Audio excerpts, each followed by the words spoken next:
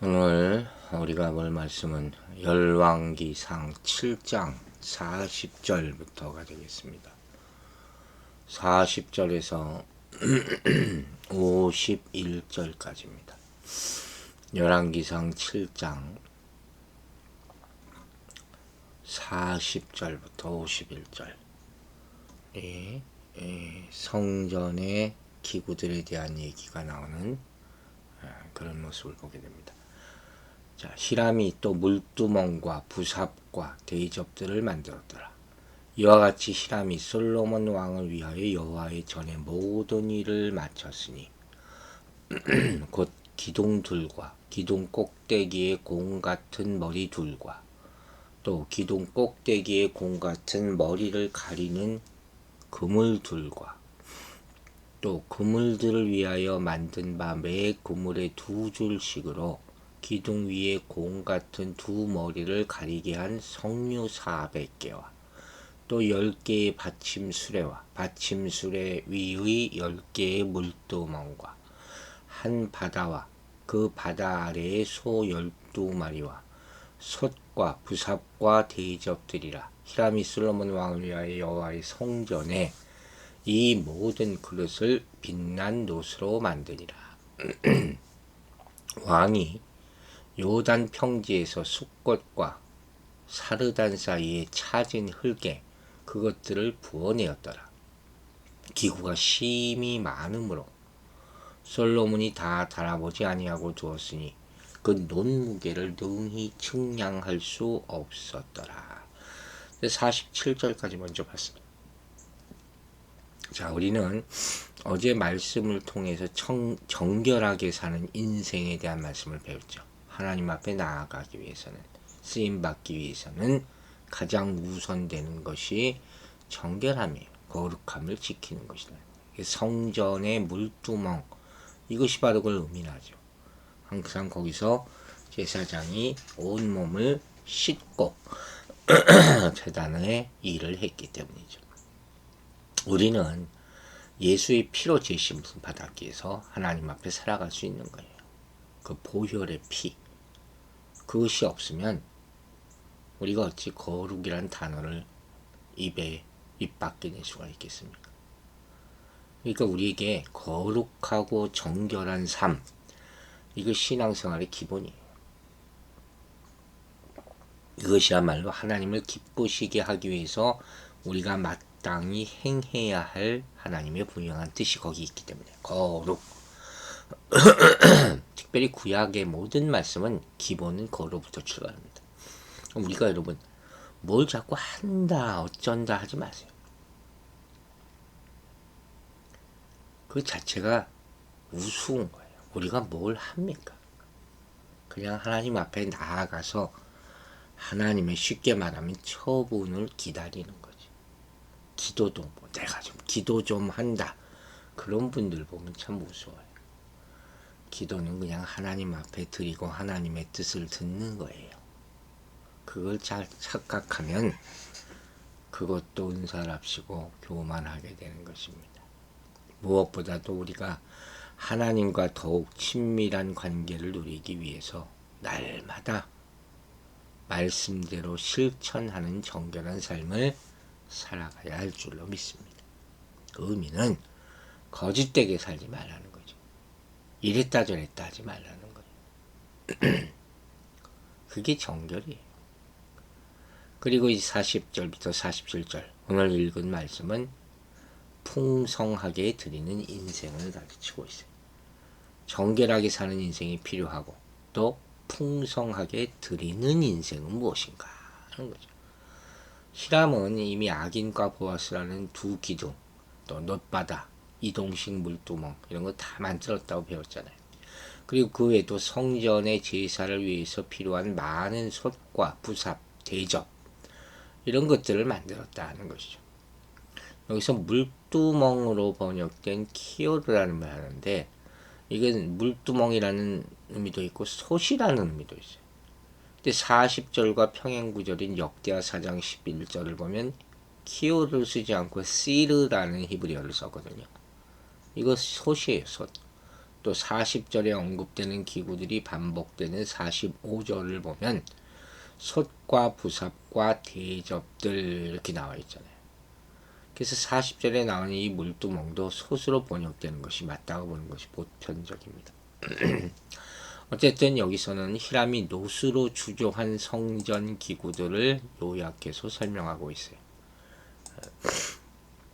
성경에도 40절부터 나오는 성경 보면 소제목이 성전 기구들, 그리고 괄호하고 역대하 4장 11절부터 5장 1절 평행 구절이라는 거죠. 이렇게 보고 있는 거죠. 그러니까 여러분 성경을 읽을 때 이런 걸 빼놓지 말고 보란 말이에요. 그리고 요것과 역대하를 같이 보시면 이해하는 데 도움이 된다는 것입니다. 이 노스로 주저했다는 것이 특징이겠죠. 기둥인 야긴과 보아스, 또 놋바다, 10개의 받침술의 물두멍, 그리고 솥과 부삽과 대접들, 바다를 받치는 10마리 황송, 이게 다 노스로 주조해서 만들었어요. 이렇게 해서 솔로몬은 히람의 손을 통해서 예루살렘 성전의 모든 기구를 노스로 만들었다. 노스는 금빛이 나잖아요. 멀리서 보면. 노스로 만든 기구는 마치 금으로 입힌 것 같아 보이는 특징이 있거든요. 그리고 여기서도 이 성전이 여호와의 성전임이 45절에 다시 한번 또 강조되는 것도 볼 수 있죠. 다른 설명들은 뭐 이미 우리가 전에 했고. 그러니까 이처럼 이 청동 기술자 히람이라는 사람은 탁월한 재능과 기술로 성전 기구를 만드는 모든 작업을 완벽하게 마친 거죠. 그는 두로 사람이라고 그랬어요. 어머니는 유대인이었지만 아버지는 이방이라는 거예요. 그 이스라엘 최초의 성전 건축에 두로 사람의 기술이 사용됐다. 의미심장하죠. 또 건축 자재로 쓰인 목재나 석재, 이거 역시 외국에서 공급되는 거죠. 그 건축 과정에서부터 성전은 유대 민족의 울타리를 벗어나서 모든 민족과 나라에 열려 있었다는 거예요. 이 참 당시로 보면 놀라운 일이고, 지금도 사람들이 생각이 굉장히 편협하잖아요. 내 거, 우리 거, 뭐 항상 이것만 강조하거든요. 자기가 받은 거, 막 이거 뭐 대단한 거 생각하고. 하나님을 진정으로 사랑하는 사람이고, 정말 하나님이 부르심을 받은 사람이라면 모든 하나님의 사역과 모임에 다 동참할 수 있어야 되는 거예요. 이걸 깨야 되는 거예요. 특별히 이런 거 있죠. 하나님이 깨끗하다 하시는 것을 우리가 부정하다 할 수 없다. 여러분 어떠세요? 그 판단은 우리가 하는 게 아니에요. 그 신약에 나오는 얘기잖아요. 구약시대 유대인들이 먹지 못한 것, 거기에 대한 많은 이야기들이 나오지 않습니다. 그래서 하나님 나라를 우리가 침략할 수 없는 거잖아요. 보이는 것이 국한되는 것이 아니고, 각 개인의 민족, 문화, 전통 이 안에 가두려고 하는 것은 성전의 의미를 잘못 이해하는 것이다. 물론 민족마다 문화마다 특징 있게 만드는 것은 의미가 있겠죠. 그러나 꼭 이렇게 해야 된다, 그런 법은 없다는 것이죠. 그리고 이 모든 그릇들, 가장 좋은 흙, 숫꽃과 사르단에 차진 흙이 이 도구들의 주저틀로 사용되었다. 이런 말들이 46절, 47절에 나오죠. 모든 성전 기구의 수량을 또 당시 필요한 숫자만큼 꼭 맞추지 않았고 넘치도록 넉넉하게 만들었다는 것도 특징입니다. 이처럼 히람이 만든 성전 기구는 정교한 주형에 놋을 부어 만든 당시로서는 최상의 것이었어요. 더불어 수량에 있어서도 아주 넉넉하게 만들어 하나님을 섬기는 일에 인색함이나 모자람이 없었다. 이처럼 솔로몬은 하나님을 섬기는 일에 최상의 것으로 아낌없이 드렸다. 이게 핵심이에요. 여러분은 어떻게 들으십니까? 혹시 인색하지 않습니까? 하나님의 최상의 것으로 풍성하게 드린다는 의미는 어디로부터 나오는 것이냐? 우리의 인생이 하나님께 드려진 것이라는 것부터 나오는 거예요. 내 인생은 나의 것이 아니에요. 하나님 것이죠. 그래서 하나님 나라를 세운 일에 우리는 최상의 것을 섬겨야 되는 것이죠. 나는 여기까지 하는 사람들이 대부분이에요. 스스로 한계를 둔단 말이에요. 그러면 안 돼요. 대신 하나님 나라의 필요를 충분히 만족시키도록 우리의 물질과 재능과 시간을 들임에 있어서 다함이 없는 섬김의 자세가 필요합니다. 먼저 그의 나라와 그의 의를 구하라. 이게 섬김의 기본이에요. 먼저 내가 먹고 살 것을 다 빼놓고 드리라. 남는 것으로. 그게 아니라는 거예요. 우리 섬김의 범위에 선긋기를 하지 맙시다. 딱 여기까지. 그런 거 없어요. 하나님 나라를 세우는 일은 어떤 범주 안에 갇혀 있는 것이 아니에요. 그러기에 모든 일에 하나님을 섬기듯이 최선을 다하는 결과가 나타나야 되는 것이죠. 더불어 하나님 나라를 세우는 일에 대해서라면 스스로 만족할 만한 어떤 적정선을 미리 세워서도 안 된다는 거예요. 여러분, 우리가 섬기는 이유는 뭡니까? 내가 기쁘게가 아니에요. 많은 사람들이 착각하고 있어요. 내가 기쁨으로 섬겨서요. 기쁨으로 내가 좋아서 하는 거예요. No, 그 기쁨이 없어지면 화낼 겁니까? 자기 만족을 위하는 게 아니에요. 하나님을 기쁘시게 하는 것이에요. 잊지 마세요. 하나님을 예배하는 삶에 여러분이 어느 정도의 가치를 두느냐, 그 결과로 나타나는 것이죠. 하나님을 최우선적이고 최상으로 섬기는 태도와 모양이 꼭 필요하다는 것입니다. 그래서 하나님을 위해 일하는 우리의 모습에 꼭 나타나야 할 것은 하나님과 이웃 섬김을 최우선으로 하고 풍성하게 드리고 나가는 자세다는 것이죠. 여러분, 하나님이 우리에게 인색하십니까? 그러지 않잖아요. 십자가에 죽을 때까지 섬기셨잖아요. 그러므로 우리가 하나님을 섬기는 자세도 다함이 없어야 할 줄로 믿습니다. 이제 48절부터 51절까지의 말씀은 스스로 헌신하는 인생의 모습을 보여주는 거예요. 즉, 우리가 지난주에 어제죠. 정결하는 인생에 대해서 봤고 앞서까지 풍성하게 드리는 인생에 대해서 보았다면 마지막으로 스스로 헌신하는 인생의 모습을 봅니다. 그 내용을 봅시다. 48절부터 51절이에요.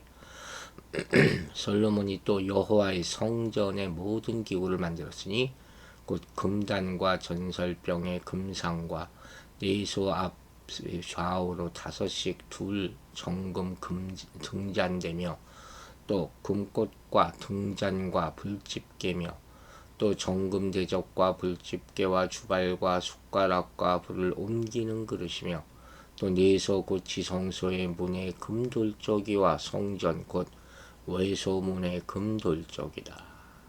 솔로몬 왕이 여호와의 성전을 위하여 만드는 모든 일을 마친지라.